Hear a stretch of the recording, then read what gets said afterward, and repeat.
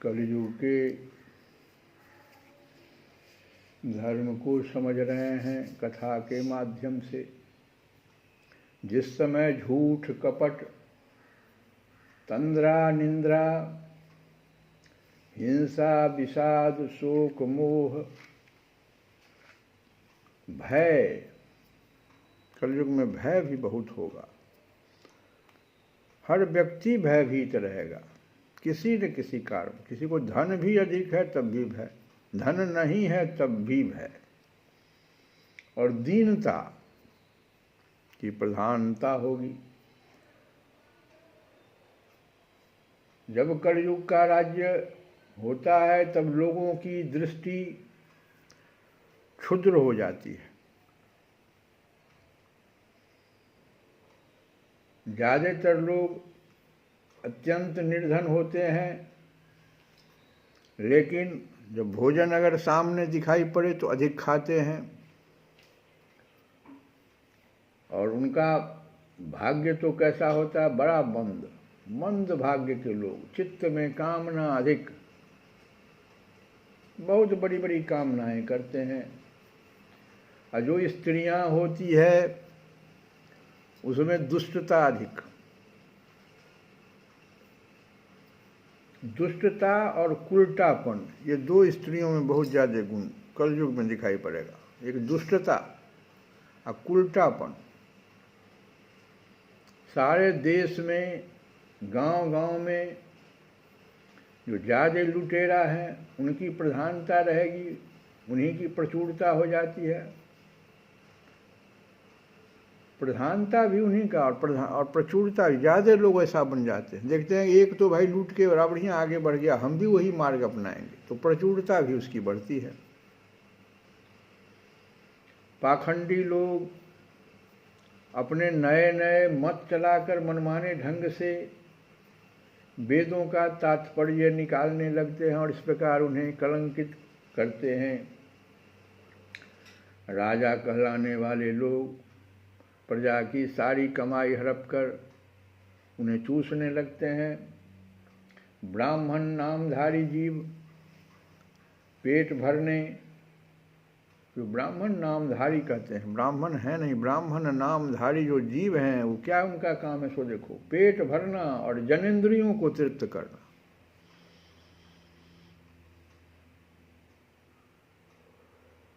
में लग जाते हैं। ब्रह्मचारी लोग हैं सो देखो क्या करते हैं, ब्रह्मचर्य व्रत से रहित हो जाते हैं और अपवित्र होकर रहते हैं। गृहस्थ दूसरों को भिक्षा देने के बदले स्वयं भीख मांगने लगते हैं।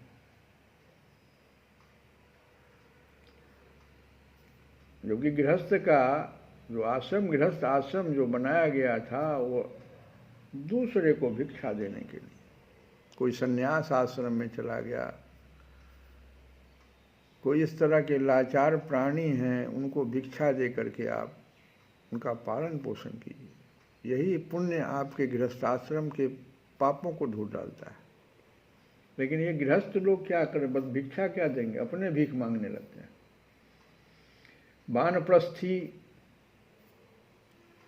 वानप्रस्थी नाम है, उनको रहना चाहिए गांव से हट करके, और गांव में ही जाकर के बसने लगते हैं। और सन्यासी जो है वो धन के अत्यंत लोभी है। सन्यासी, लेकिन कैसे हमको और धन प्राप्त हो, और कितना धन हमको प्राप्त हो, तो धन के इतने लोभी, उनको अर्थ पिशाच कहा जाता है। अर्थ पिशाच। स्त्रियों का आकार तो छोटा हो जाता है, पर भूख बढ़ जाती है, उन्हें संतान बहुत अधिक होती है, और वे अपनी कुल मर्यादा का उल्लंघन करके लाज हया जो उनका भूषण है छोड़ बैठती है। वे सदा सर्वदा कड़वी बात कहना उनका तो समझो जैसे प्रधान कार्य हो गया है, और चोरी तथा कपट में बड़ी निपुण हो जाती है। उनमें साहस भी बहुत बढ़ जाता है। ये तो स्त्रियों की बात हो गई। व्यापारियों की बात देखो, व्यापारियों के हृदय अत्यंत क्षुद्र हो जाते हैं।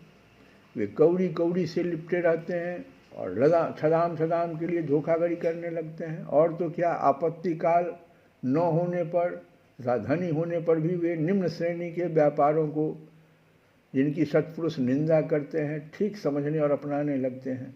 निम्न श्रेणी का व्यापार करने लगते हैं पैसे के लिए। स्वामी चाहे सर्वश्रेष्ठ ही क्यों न हो, जब सेवक लोग देखते हैं कि इसके पास धन दौलत नहीं रही तो उसे छोड़कर भाग जाते हैं। सेवक चाहे कितना ही पुराना क्यों न हो, परंतु जब वह किसी विपत्ति में पड़ जाता है तब स्वामी उसे छोड़ देते हैं। और तो क्या, जब गौएं बकेन हो जाती हैं, दूध देना बंद कर देती है, तब लोग उनका भी परित्याग कर देते हैं। प्रिय परीक्षित, कलयुग के मनुष्य बड़े ही लंपट हो जाते हैं। वे अपनी काम वासना को तृप्त करने के लिए किसी से प्रेम करते हैं। वे विषय वासना के वशीभूत होकर इतने दीन हो जाते हैं कि माता पिता, भाई बंधु और मित्रों को भी छोड़कर केवल अपनी साली और साली से ही सलाह लेने लगते हैं। साला से, साली और साला से।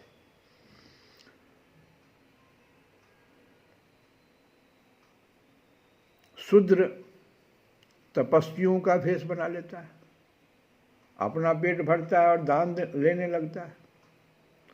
जिन्हें धर्म का रत्ती भर भी ज्ञान नहीं है, वे ऊंचे सिंहासन पर विराजमान होकर धर्म का उपदेश करने लगते हैं। प्रिय परीक्षित, कलयुग की प्रजा सूखा पड़ने के कारण अत्यंत भयभीत और आतुर हो जाती है। एक तो दुर्भिक्ष और दूसरे शासकों की कर वृद्धि। जो भी शासक होते हैं टैक्स बढ़ाते रहते हैं।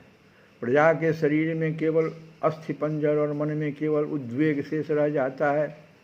प्राण रक्षा के लिए रोटी का टुकड़ा मिलना भी कठिन हो जाता है। कलयुग में प्रजा शरीर ढकने के लिए वस्त्र और पेट की ज्वाला शांत करने के लिए रोटी, पीने के लिए पानी और सोने के लिए 2 हाथ जमीन से भी वंचित हो जाती है। उसे दाम्पत्य जीवन, स्नान और आभूषण पहनने तक की सुविधा नहीं रहती। लोगों की आकृति, प्रकृति और चेष्टाएं पिशाच की तरह हो जाती है।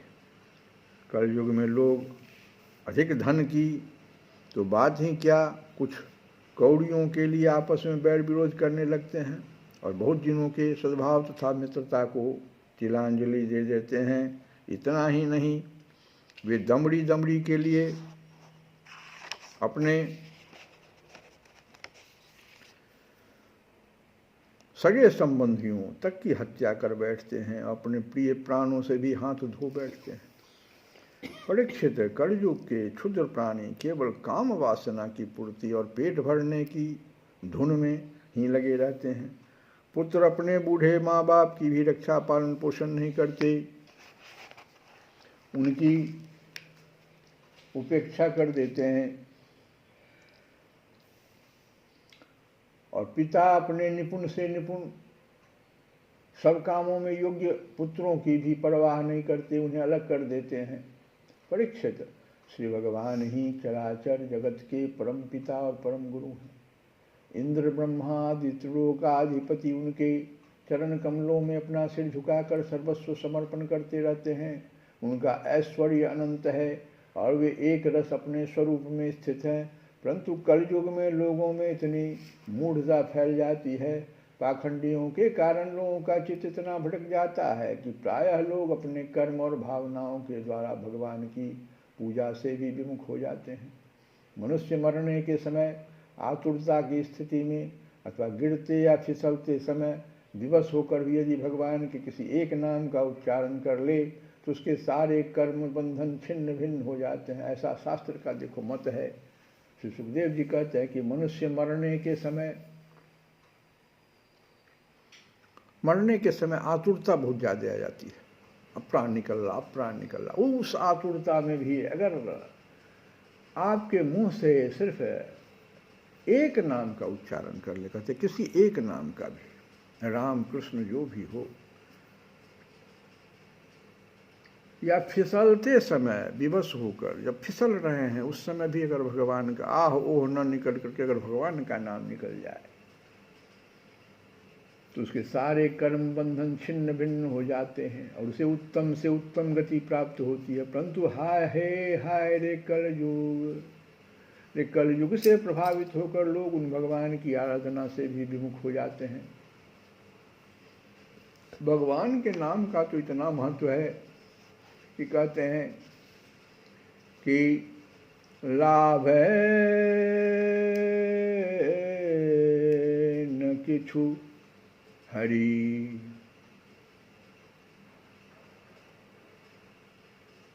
भगत समाना,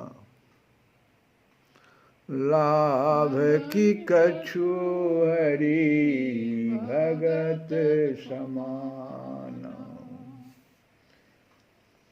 और इसको के बताया तो जेहि गावहि श्रुति संत पुराना, जेहि गावहि श्रुति संत पुराना। भगवान के जो भक्त लोग हैं उनसे आप अगर सीखिए कुछ और शिक्षा लेकर के आप अगर उस मार्ग को पकड़ लीजिए तो सबसे बड़ा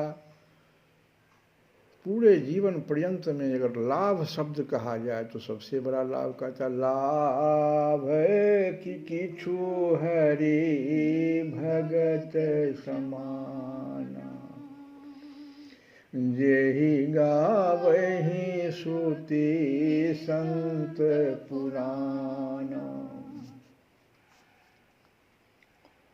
बिनु हरि भजन न जाहि कलेसा, बिनु हरि भजन न जाहि कलेसा।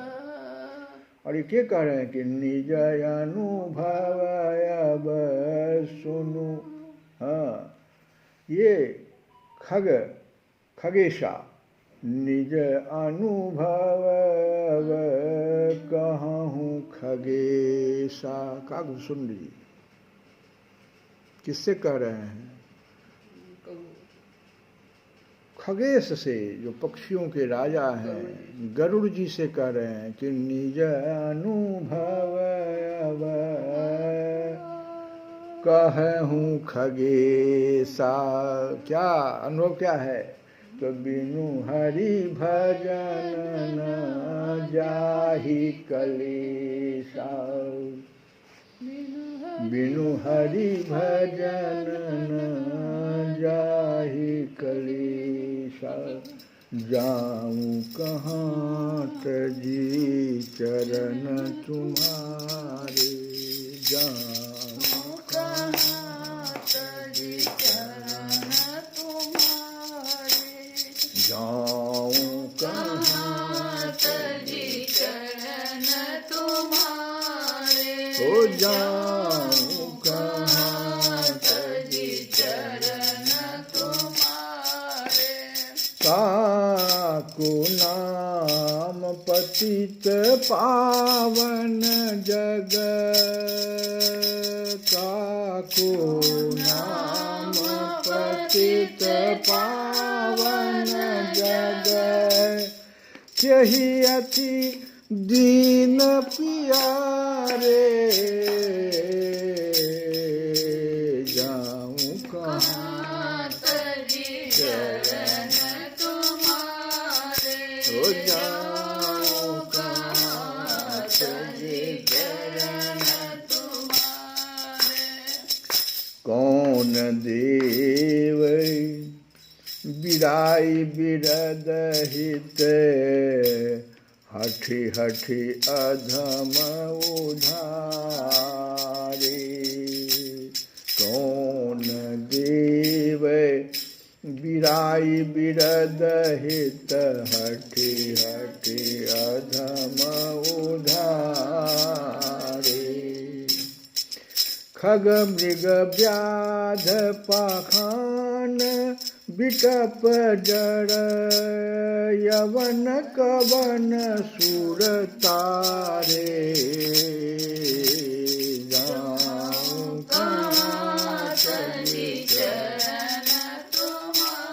ले जाऊं कहाँ तेज चरण तुम्हारे। देव तनुज मुनि नाग मनुज सब देव तनुज मुनि नाग मनुज सब माया विवश बेचारे।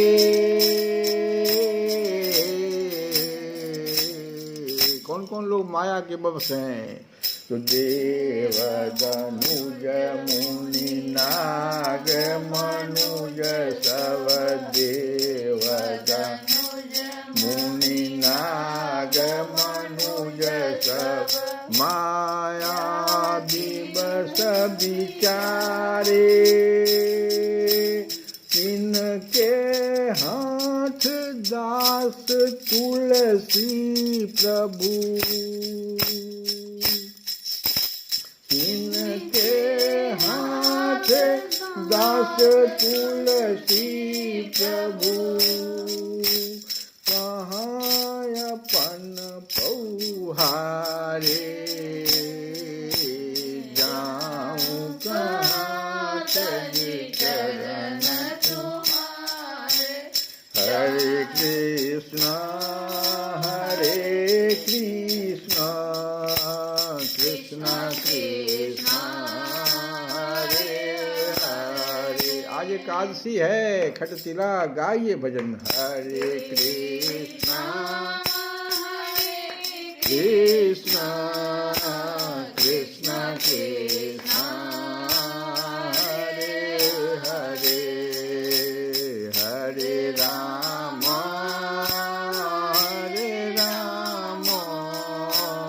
राम राम हरे कृष्ण